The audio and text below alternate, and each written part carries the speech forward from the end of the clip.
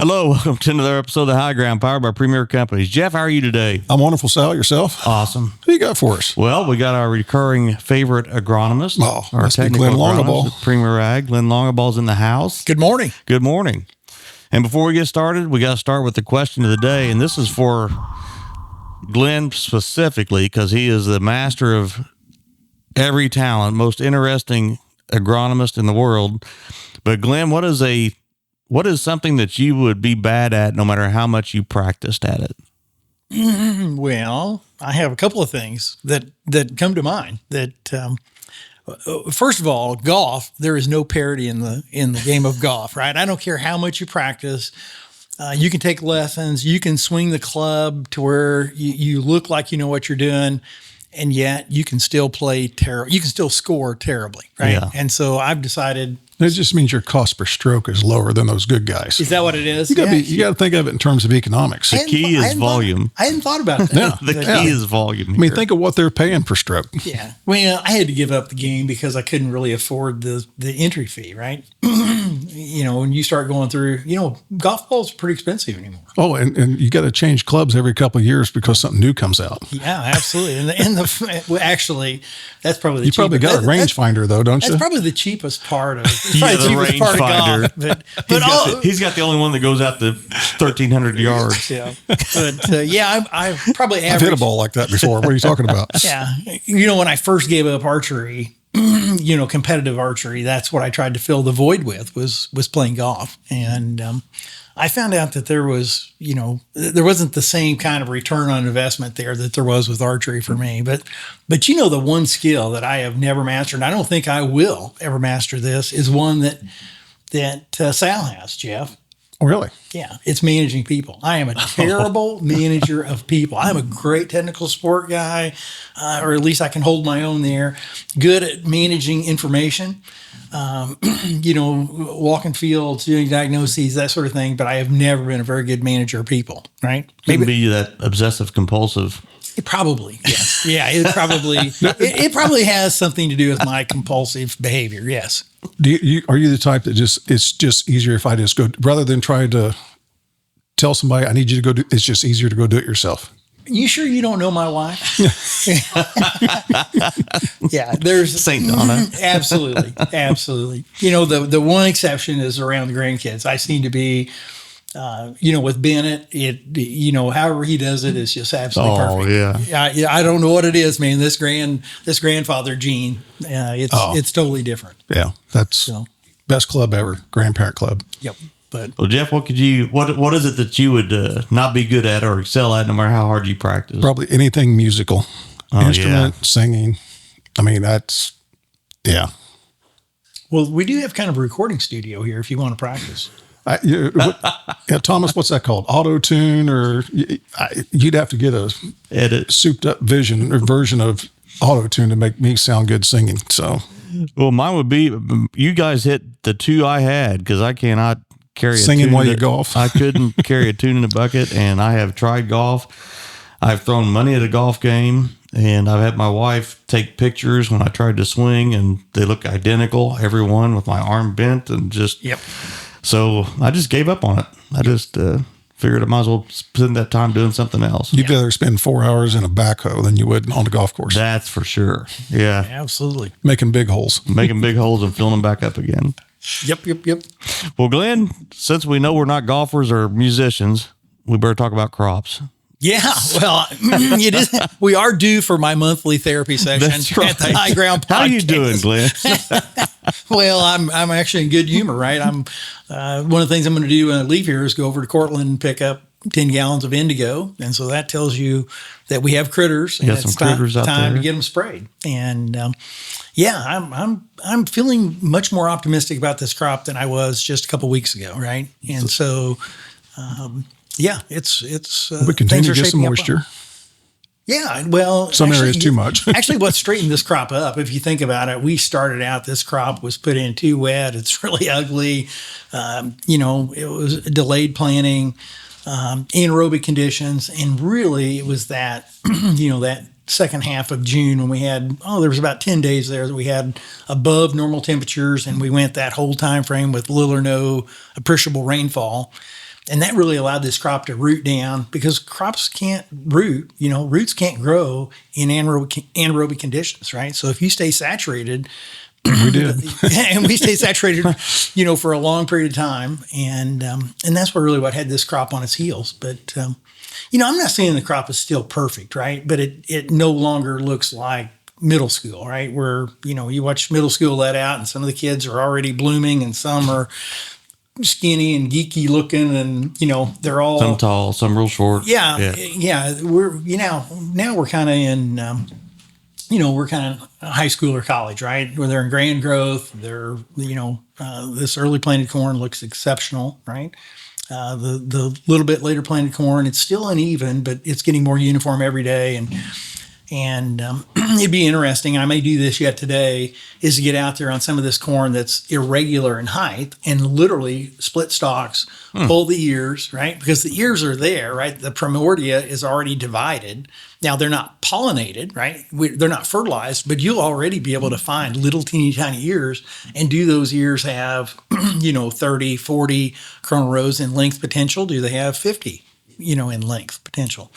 And you still think we got some potential to have some ball bats out there on these corn stalks? Yeah, I do. I think that, historically, you go into field entrances and places where you have reduced stands, or you have, because of compaction, muted plant growth. And, oftentimes you pull in to harvest those, and you're always surprised, even on, plants that have had a rougher go of it, you can still have pretty good sized ears. Now, they may not have the same kind of kernel depth depending on when they senesce and that sort of thing, but yeah, there's a lot of potential. And, I would just tell growers that, let's qualify this, right? I mean, we had this conversation earlier. We had a staff meeting earlier in the week with the account reps, and we had this very conversation that, our job as account reps and consultants is not to encourage everybody to put their foot on the gas on every farm. It's to identify those fields that have the most potential and make sure that we for sure take care of those, right? Because diseases like physoderma and gray leaf spot, southern rust, tar spot, insects like stink bugs and longhorn beetles, right? We were in the answer plot Monday of this week, and right out of the gate found some longhorn beetles. Jeff, what is the longhorn beetle the adult of? I give up. What is it? Yeah, it's a Dectes stem borer. Is the larvae that causes all the problems in soybeans. That's what I was going to say. I knew that. He's a fertilizer guy. I know. That's why I asked him. Actually, it was amazing. Most of our account reps knew what longhorn beetles were. So that's why I'm not qualified to be an account rep. Yeah. Well, we have some great agronomists on staff, but basically what we were covering is that there are fields that have unbelievable potential, and we should never let up our foot off the gas, right? There's so much potential there. And yes, I know that we have sub $4 corn and we have sub $10 soybeans, but I got news for you. It makes no difference what the commodity price is. You want every bushel you can get. And the easiest place to make bushels is on those really good acres. We've got some fields that there's no question. They have so many holes, and the holes are so big that that's probably not a place to invest a lot. Does that mean we abandon them? Absolutely not, right? If they need something, if it's obvious that there's some way, right? We would never withhold nitrogen, right? If we spent the money for P&K, we spent the money for seed, and we've spent money on crop protection, right? You don't abandon it, but absolutely, growers right now should be prioritizing those farms and prioritizing those dollars. And you only have so many resources. Well, some guys must be listening to you, because I've seen a lot of rigs out running fungicide here in this past week, especially some of that early planted corn stuff. Lots of sprayers running. Absolutely. Yeah, a lot of ground application of fungicides, right? Aerial application is not crazy expensive, but there is a cost associated with that. And most people that own sprayers have the ability to get over a pretty decent sized crop. And, those managers have decided, hey, I'm not going to give up on managing more intensely and making fungicide applications, but I might try to see, if we're going to try to curb costs, let's see if we can do more of it with ground application. And remember too, there's a lot of those folks who will make a second application that will be aerial, right? So. Yeah. Well, kind of timestamp this. We're in mid July 2025, and we are coming off a spring. We've tried to plant corn for 3 months. Yeah. And literally, and we saw corn in the back of one of the account managers' pickup truck that was going to go in the ground Tuesday, which is just amazing. Sure. What does that mean for disease? I mean, so now we've got a crop that's spread out, a corn crop that's spread out, and I know you went through that disease triangle, the time and pathogen and susceptible host. But what does that mean, I guess, for us in this growing season? Is it a bad thing? Going to give us more disease, or is it a good thing where there's not so many hosts out there? That was an incredibly insightful segue, Sal. I'm exhausted. I'm sure you are, but you didn't want to give away the answer, but you were trying to you teed that one up to where even I could hit that golf ball. Right? Oh my gosh, that's the second time you've used golf, and as long as I've known you, it's been the same day. Yeah. So, well, we talked about something I'm not very good at. So, yeah, that's really insightful. It turns out that the crop I'm probably the least concerned about perishing from southern rust or tar spot is the early planted corn. Right? Corn. But yet we still want to take care of it because it's still going to have, gray leaf spot, northern, physoderm. We don't know what, if you guys ever see me prognosticating what disease we're going to have, that tells you that I'm way over my skis because we do a very poor job. Not me specifically. I'm talking about even the folks that make models to try to predict disease have a very poor track record, right? We don't do a very good job of really predicting when diseases are going to become epidemic. But we do know this, right? Later planted corn, what's influenced by the disease triangle is that there's more inoculum, right? The early planted corn is where the pathogens get their start, and they go, because these are most of the time polycyclic diseases, which means that they reproduce multiple generations in a year, right? They think of them as being the incubators, right? The early planted corn is where the pathogens kind of build up. That corn goes into reproduction early. Those plants become better hosts early when there's not a lot of inoculum, and they allow that inoculum to build. Then when it jumps to the neighboring field, that infection takes place much earlier, right? And so consequently, you're exactly right.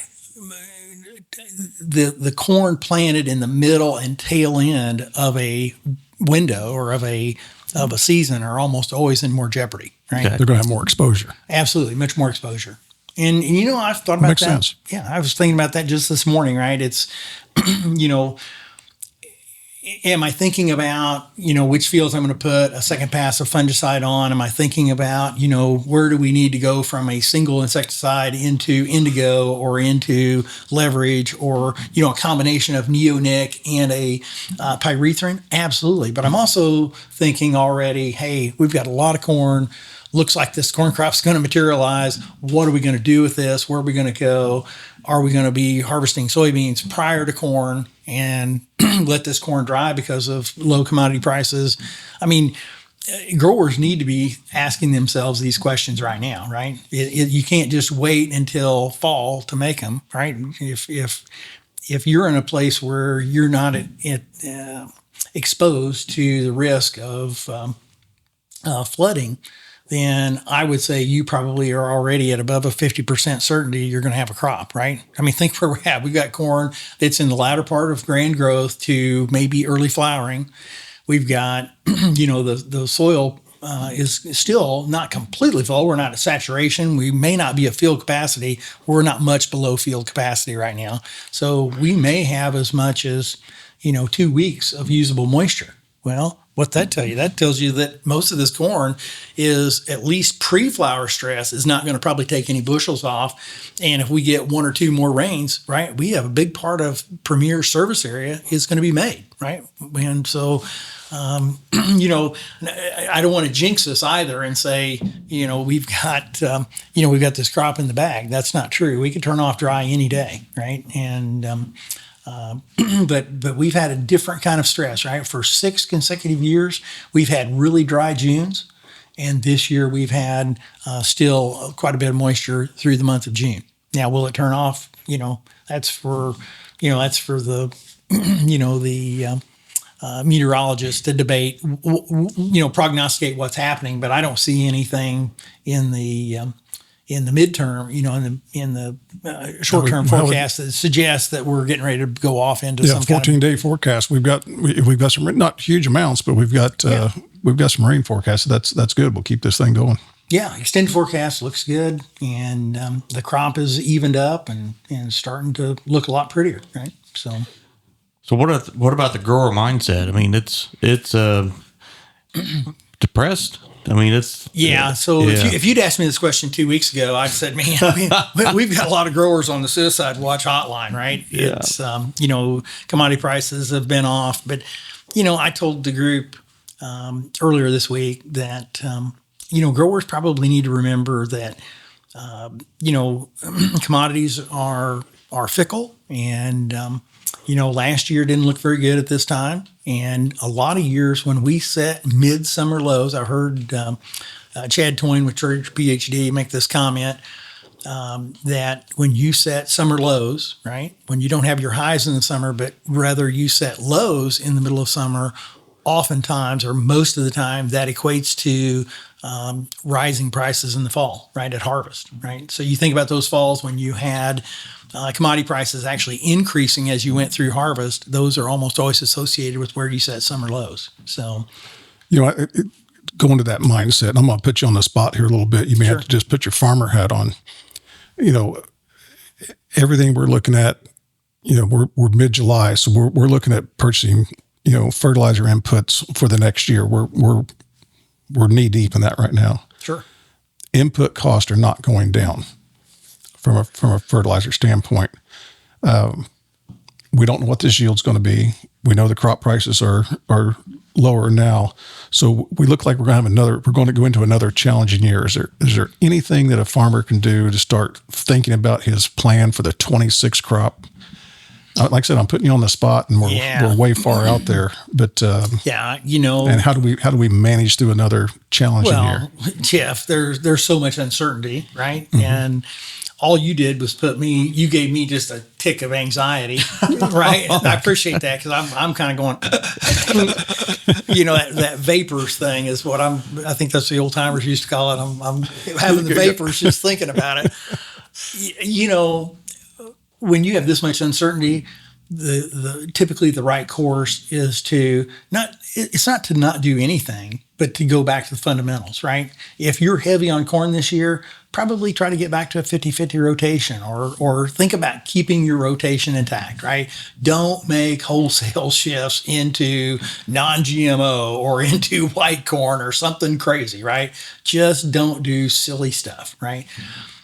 I would just tell you this, right? We could be one big trade agreement away from seeing a pretty good rally in commodities. We could be one mandate on some kind of biofuels away from having a big improvement in prices.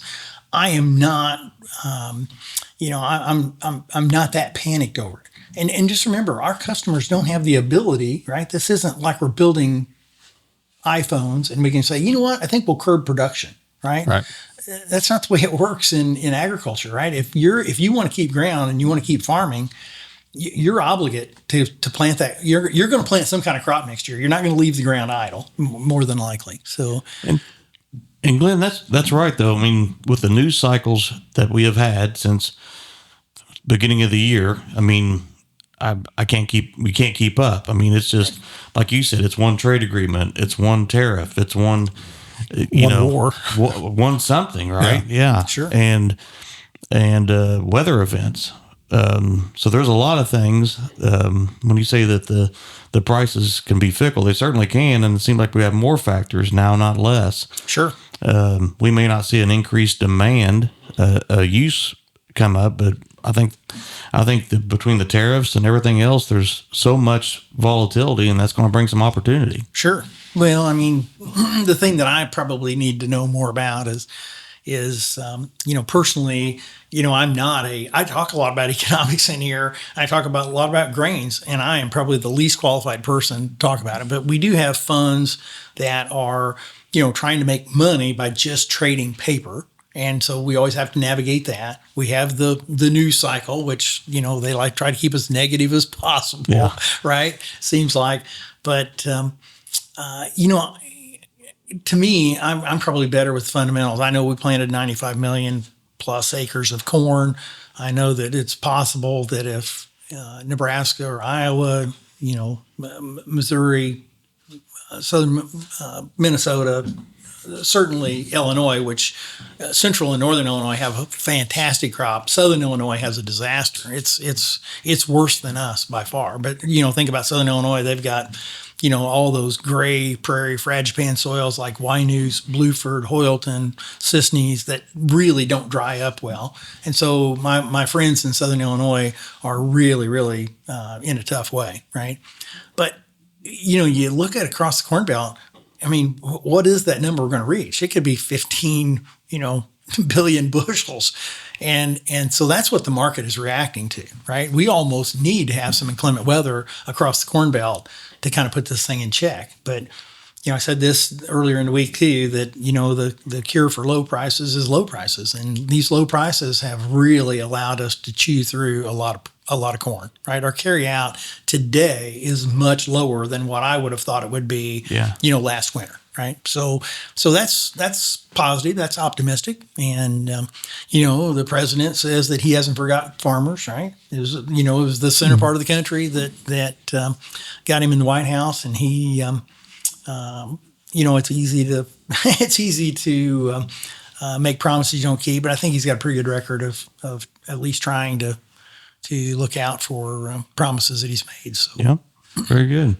Yeah, that's a question I get from a lot of the producers and the importers of fertilizer. Their question is, hey, what's a farmer going to do? What's a farmer going to do? And I said, well, we've always survived. We're survivors. Sure. But, so I think that'll be the challenge for our account managers as they go into next year is helping helping those farmers make management decisions to get them through when we have tough times. Sure.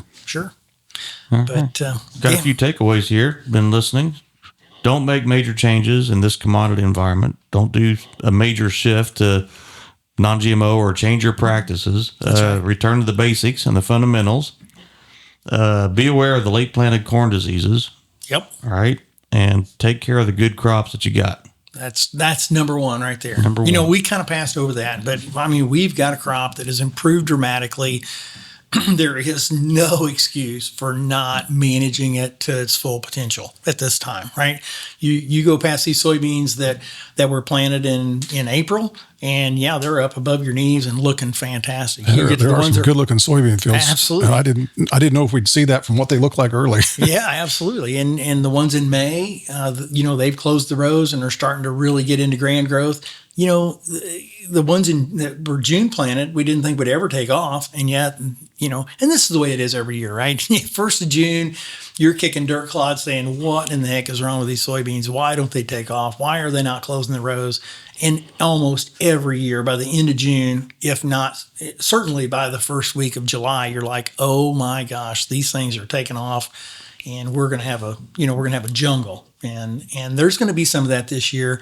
If you went in and you replanted into an existing crop and you've basically almost, you got parts of the field where you have, some partial crop, and then you have other parts of the field that have two crops. Remember, those places that have two crops are going to be under tremendous stress, and they probably deserve to have a fungicide treatment, if nothing else, just to help relieve stress, because those are high disease environments too. But your first dollar spend is that really good looking, bean field, that really good looking corn field.